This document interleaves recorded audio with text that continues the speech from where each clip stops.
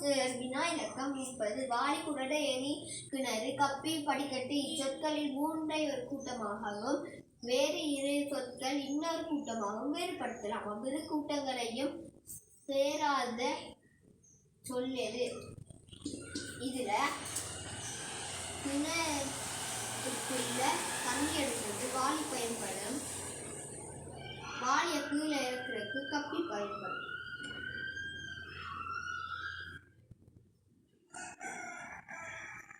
இப்ப நாங்க வாளி, கிணறு,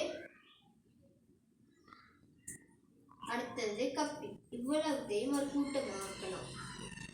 அடுத்தது நாங்க கீழே இருந்து மேலே போறதுக்கு படிக்கட்டு உதவும். அடுத்தது ஏணியும் மேலே போறதுக்கு உதவும். அதை இரு கூட்டங்களில் சேர்க்கலாம்.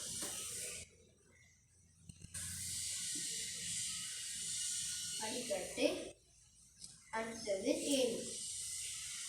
இந்த சேராதது எதுன்னு பார்த்தா வாளி சேருது, குறடு சேரல, ஏணி சேருது, கிணறு சேருது, அது கப்பி சேருது, படிக்கட்டு சேருது. அப்ப இதுல அடங்காதது இருந்தா குறடு. அப்ப இதுல என்ன விடல, குறடு என்ற விட சரியான விடை. நன்றி.